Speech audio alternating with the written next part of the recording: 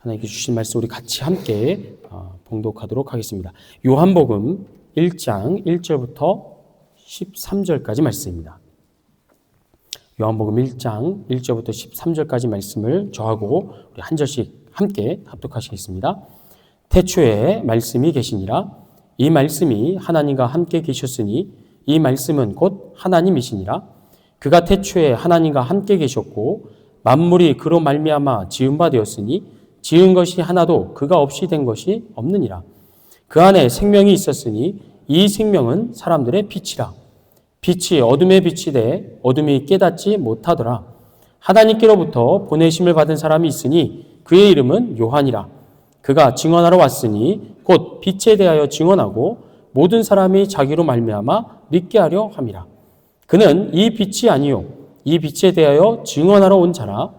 참빛 곧 세상에 와서 각 사람에게 비추는 빛이 있었나니 그가 세상에 계셨으며 세상은 그로 말미암아 지은 바 되었으되 세상이 그를 알지 못하였고 자기 땅에 오매 자기 백성이 영접하지 아니하였으나 영접하는 자 곧 그 이름을 믿는 자들에게는 하나님의 자녀가 되는 권세를 주셨으니 이는 혈통으로나 육정으로나 사람의 뜻으로 나지 아니하고 오직 하나님께로부터 난 자들이니라.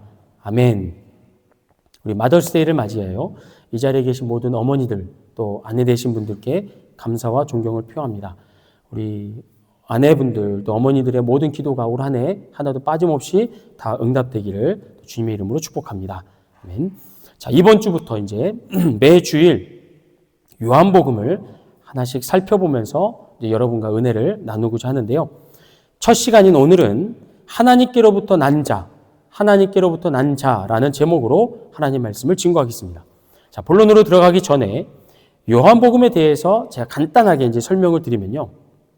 신약 성경에 예수님의 생애와 그 말씀이 기록된 복음서가 총 4권이 있습니다. 마태복음, 마가복음, 누가복음, 요한복음. 그런데 이 모든 복음서는 동일하게 복음서를 기록한 저자의 이름이 붙여져서 이제 불려지고 있죠. 즉, 요한복음은 예수님의 제자 출신인 사도 요한이 쓴 복음서를 의미하게 되는데 이 사도 요한은 제자들 가운데서 가장 오랫동안 생존하면서 요한복음 외에도 요한 1, 2, 3서 그리고 계시록을 저술하게 됩니다. 그런데 이 복음서들 중에요. 예수님을 바라보는 관점을 기준으로 해서 이 요한복음은 다른 세 복음서와 구별이 됩니다. 구별이 되는데 마태, 마가, 누가복음의 경우에는 예수님의 인성과 신성을 함께 강조하는 반면에 요한복음은 보다 예수님의 신성에 조금 더 무게를 둡니다. 그런 차이로 인해서 요한복음은 예수님의 생애나 사건들보다는 예수님이 직접 하신 말씀들이 그 비중이 월등히 이제 높게 되고 무엇보다도 복음서의 키워드인 예수님은 어떤 분이신가? 라는 이 물음에 대해서 마태, 마가, 누가복음은 예수님을 하나님의 아들이라고 소개를 하는데 반하여 요한복음은 예수님을 하나님이시라고 선포합니다. 예수님이 어떤 분이신가? 예수님이 누구신가? 라고 하는 게 복음서의 가장 중요한 질문인데 그 질문에 다른 복음서들은 예수님은 하나님의 아들이시다 라고 선포하는 반면 요한복음은 예수님은 하나님이시라 라고 선포한다는 겁니다. 보세요. 요한복음 1장 17절부터 18절입니다. 율법은 모세로 말미암아 주어진 것이요 은혜와 진리는 예수 그리스도로 말미암아 온 것이라. 본래 하나님을 본 사람이 없으되 아버지 품속에 있는 독생하신 누가요? 하나님이 나타내셨느니라. 아멘. 자, 이 말씀을 축약하면 뭡니까? 예수님은 곧 누구라고요? 하나님이시다가 되는 겁니다. 그런데 사도 요한은 요한복음을 기록하면서 이렇게 다른 복음서와 차별이 되는 이 중요한 신앙 고백, 그 신앙 고백보다 앞서서 왜 예수님이 하나님이신가? 라고 하는 근거들을 먼저 제시한다는 거죠. 자, 그래서 오늘 본문 읽었던 요한복음 1장 1절부터 3절을 다시 봅니다. 다시 보시면 태초에 말씀이 계시니라. 이 말씀이 하나님과 계셨으니 이 말씀은 곧 하나님이시니라. 그가 태초에 하나님과 함께 계셨고 만물이 그로 말미암아 지은 바 되었으니 지은 것이 하나도 그가 없이 된 것은 없느니라. 아멘. 자, 지금 사도 요한이 예수님의 하나님 되심을 증명하기 위해 제시하는 근거 첫 번째는 뭐냐면 창조 사역입니다. 창조 사역. 우리는 지난 수요일부터 새벽 기도회 때마다 창세기를 살펴보고 있는데 창세기 1장에 보면 하나님께서 말씀으로 천지를 창조하셨다고 증언하죠. 그래서 창세기를 보시면 하나님이 이르시되 빛이 있으라. 또 6절에 보면 하나님이 이르시되 물 가운데 궁창이 있으라. 보시는 것처럼 하나님은 이 세상 천지를 창조하실 때 어떤 특별한 도구나 신비한 능력을 사용하지 않으시고 오직 말씀으로 천지를 만드셨고 말씀으로 혼돈한 이 피조 세계에 질서를 부여해 주셨습니다. 이렇게 하나님의 계획을 구체적으로 실현시킨 말씀의 정체가 바로 예수님이시라고 사도 요한은 증언을 합니다. 이어서 예수님의 하나님 되심의 두 번째 근거는요, 하나님의 생명입니다. 하나님의 생명. 본문 4절을 보시면 그 안에 생명이 있었으니 이 생명은 사람들의 빛이라. 아멘. 창세기 2장을 우리가 보시면 다른 피조물은 하나님이 다 말씀으로 창조하되 우리 인간만은 독특하게 창조하셨는데 어떻게 합니까? 손수 흙으로 인간의 몸을 빚으신 다음에 그 코에, 인간의 코에 생기를 불어넣으십니다. 그렇게 인간을 완성하십니다. 그렇게 하나님으로부터 직접 생명을 공급받았기 때문에 피조물임에도 불구하고 인간은 누구와 소통이 가능해집니까? 빛 대신 하나님과 소통할 수 있게 됩니다. 사도 요한은 바로 우리 인간의 몸에 공급되었던 하나님의 생기, 하나님의 생명이 곧 예수님이시라고 증언을 합니다. 끝으로 예수님의 하나님 되심의 세 번째 근거는 어둠을 정복하는 빛입니다. 본문 5절, 빛이 어둠에 비치되 어둠이 깨닫지 못하더라. 여기서 우리말 깨닫지 못하더라 라고 이제 번역된 헬라어가 뭐냐면 우 카탈람바노입니다. 우 카탈람바노. 네, 헬라어에서 우는 결코 무엇이 아니다 라는 뜻의 부정부사고요. 카탈람바노는 획득하다, 빼앗다, 이기다 라는 뜻을 가진 동사입니다. 따라서 우 카탈람바노를 직역하면 뜻이 이렇게 돼요. 빼앗지 못하다, 이기지 못하다 라는 뜻이 돼요. 그러니까 개역 개정판은 좀 의역한 건데 이걸 헬라어로 직역하게 되면 이게 되는 거예요. 어둠이 결코 빛 대신 예수님을 이기지 못한다. 왜냐? 예수님은 하나님이시니까. 라는 메시지를 본문 5절이 담고 있는 거예요. 자, 이렇게 사도 요한은 하나님의 말씀으로 천지 창조에 동참한 것과 인간의 몸에 공급된 하나님의 생명과 그리고 어둠을 정복하는 빛 되심을 근거로 내세워서 예수님을 하나님이시다라고 선포를 한다는 겁니다. 그런데요, 우리가 요한복음 1장에서 오늘 읽었던 본문에서 더 주목해 볼 것은 뭐냐면 예수님이 하나님이시다라는 근거들과 예수님이 하나님이시다라는 선포와 서로 연결되어 있지는 않다는 겁니다. 이해되시죠? 지금부터가 본론입니다. 사도 요한은 우리가 지금 앞에서 살펴본 것처럼 요한복음 1장 1절부터 5절을 통하여 예수님을 하나님으로 인정할 수밖에 없는 세 가지 근거를 제시했습니다. 따라서 5절 이후에 예수님은 하나님이시다 라는 선포로 이어지는 게 사실은 더 자연스럽다는 거죠. 예수님이 어떤 분이시냐? 그분은 태초부터 하나님의 말씀이었고 생명이셨고 빛이신 하나님이시다 라고 연결을 시키는 게 논리적으로는 더 매끄럽습니다. 그런데 이런 논리적인 자연스러움에서 벗어나서 사도 요한은 본문 6절로 넘어오면 주제를 확 바꿔버립니다. 예수님에 대해서 얘기하다가 주제를 바꿔요. 어떻게 바꾸는지 보세요. 6절 같이 읽겠습니다. 시작.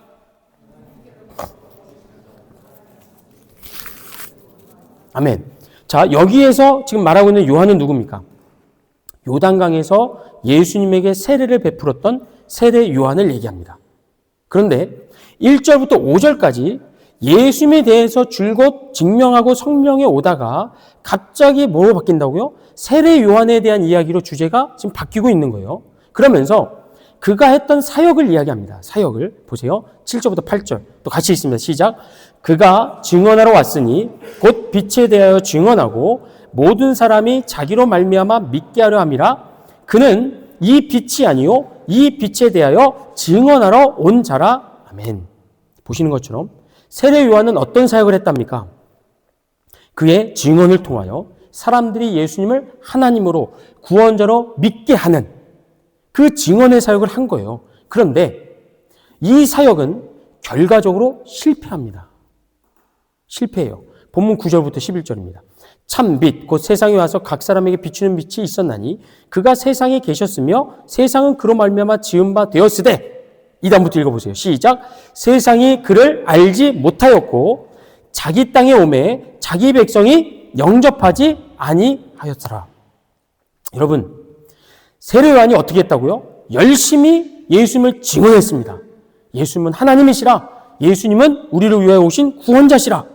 그리고 세례 요한이 그렇게 열심히 증언했던 예수님이 드디어 짠! 하고 사람들 앞에 모습을 드러냈었을 때 사람들이 예수님을 영접했답니까?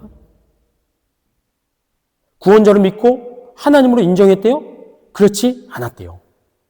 그 대신에 우리가 이제 차차 보겠지만 바리새인과 사두개인 같은 종교 지도자들은 사사건건 예수님께 시비를 걸고요. 논쟁을 했고 예수님의 흠집 내기를 바빴습니다. 또 일반 백성들의 경우에는 병자들을 치료해주고 귀신들을 쫓아내고 오병이의 기적을 행하면서 배불리 먹여줄 때는 예수님을 너무 좋아했죠. 막 환호했습니다. 그러나 정작 예수님의 말씀에는 귀를 기울이지 않았습니다. 온갖 기적과 능력으로 문제를 해결해주고 유익을 베풀었던 예수님께서 나는 죄인을 구원하러 온 구원자다. 나와 아버지는 하나다. 라는 말씀을 전했을 때 유대인들이 어떻게 반응했냐면 그래서 예수님이 저런 기적과 능력을 행하신 거구나. 정말 예수님은 하나님이시구나. 라고 인정하지 않고 어떻게 했죠? 막 화를 내면서 신성 모독죄를 뒤집어 씌워서 예수님을 돌로 쳐 죽이려고 했다는 겁니다. 이런 예수님을 향한 당시 사람들의 푸대접과 비난과 격분을 우리가 보면 세례 요한의 사역이 성공했다고 실패했다고요? 실패했다고 우리는 알 수 있다는 거죠. 그런데 제가 본문을 묵상하면서 가졌던 질문이 이겁니다. 이런 세례 요한의 사역과 실패가 거기 다음에 나오는 예수님에 대한 신앙 고백과 무슨 연관이 있냐 이겁니다. 대체 사도 요한은 무슨 이유로 세례 요한의 사역과 그 결과에 대해서 예수님을 설명하는데 꽉 끼워 넣냐 이거죠. 중간에 끼워 넣냐 말입니다. 이 질문의 답은요, 우리가 요한복음을 살펴보는 내내 이제 반복해서 확인하고 확증할 내용인데 굉장히 중요한 거죠. 자, 기독교 역사에서 내가 위대한 전도자를 뽑는다면 누구를 뽑습니까? 보통은. 가장 위대한 전도자 하면 사도 바울을 뽑습니다. 왜냐하면 그는 지치지 않는 열정과 위협을 무릅쓰는 용기를 발휘해서 로마 제국 곳곳에 복음을 전했고 교회들을 세웠습니다. 뿐만 아니라 그가 쓴 편지들은 훗날 신약 성경의 반을 차지할 정도로 엄청난 영향력을 가진 인물이 사도 바울입니다. 이처럼 사역 기간과 활동 범위나 기독교에 끼친 영향력에 있어서 바울을 따라올 인물은 사실 없다는 거죠. 하지만 성경의 전체적인 평가를 고려한다면 사실은요, 세례 요한이 사도 바울보다 한 수 위라고 할 수 있습니다. 우리가 세례 요한에 대해서는 이제 차차 더 알아볼 기회가 있기 때문에 살짝 제가 맛보기로 말씀드립니다. 구약 성경의 마지막 성경이 말라기서인데 그 말라기서를 보게 되면 하나님께서 세상을 심판하시기 전에 누구를? 선지자 엘리야를 이 땅에 보내겠다고 약속을 합니다. 심판하기 전에요. 그로부터 약 400년이 지난 다음에 하나님이 약속하셨던 그 선지자 엘리야의 사명과 역할이 세례 요한에게 주어집니다. 때문에 세례 요한은 출생부터가 남달랐죠. 수태고지라고 해서 천사로부터 세례요한의 출생을 예고받습니다.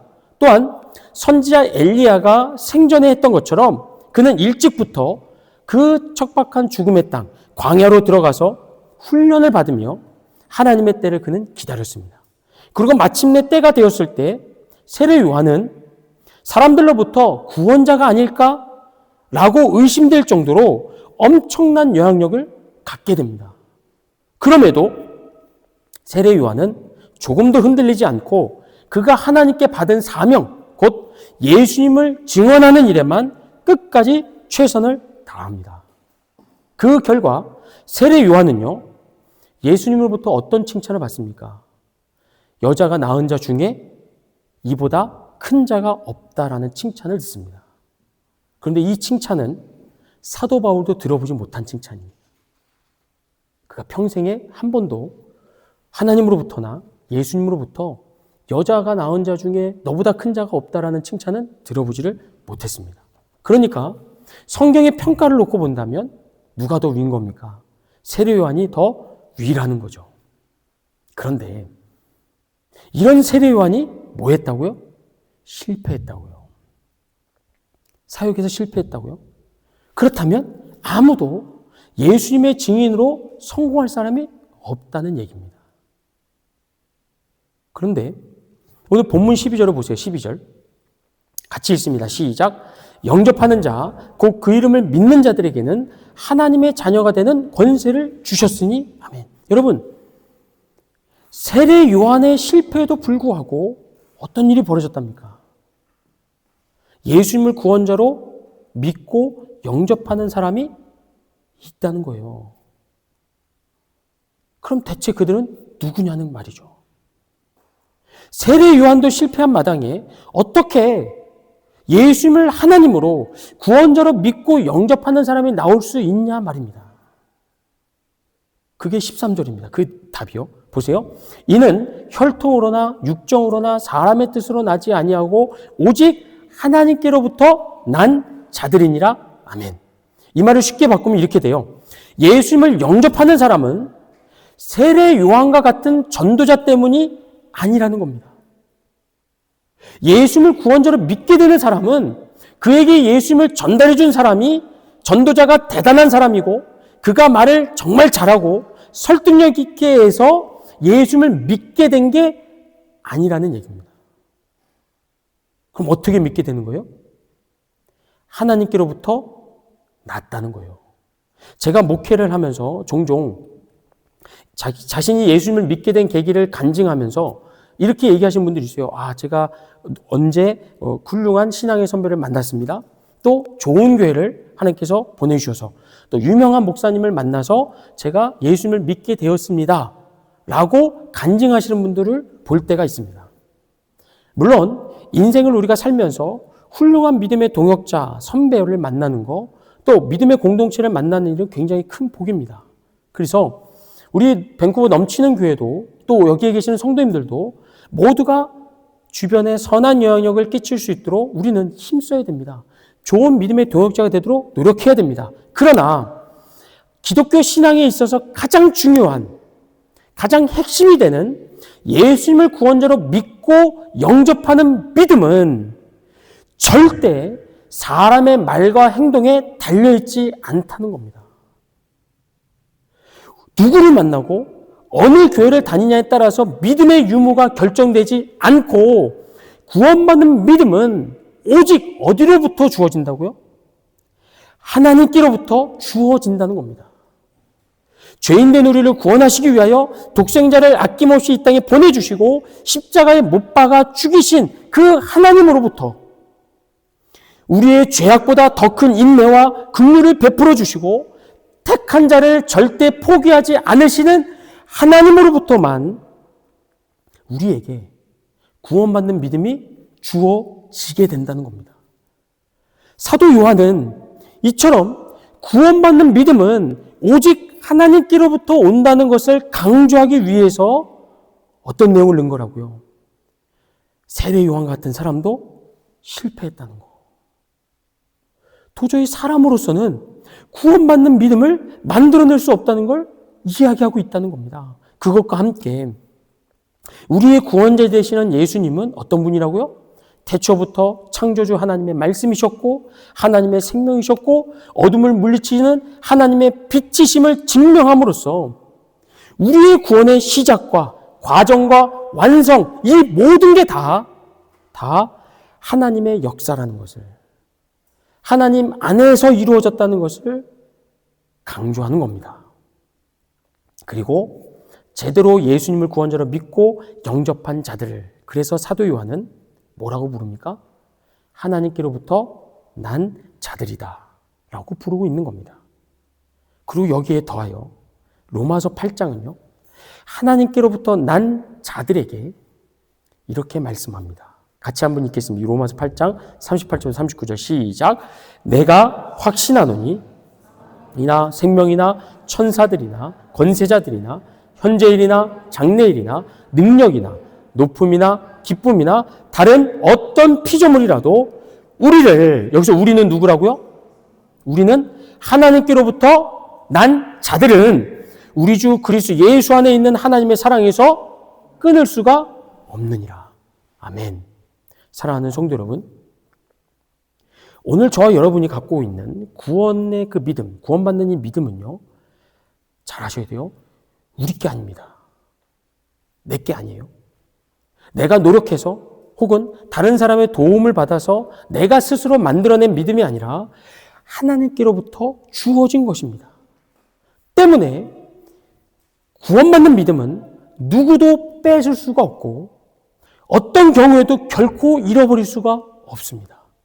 내 게 아니기 때문에. 물론 우리가 신앙생활 하면서 어떤 신앙의 위기를 만날 때도 있습니다. 우리가 범죄해서 넘어지고 그게 반복돼서 하나님과 관계가 멀어질 수도 있습니다. 뭐 경제적인 문제, 가정의 문제, 관계의 문제, 우리가 뜻하지 않았던 수많은 문제들이 우리 앞에 몰려와서 우리가 고난을 겪고 괴로움을 겪을 때도 있습니다.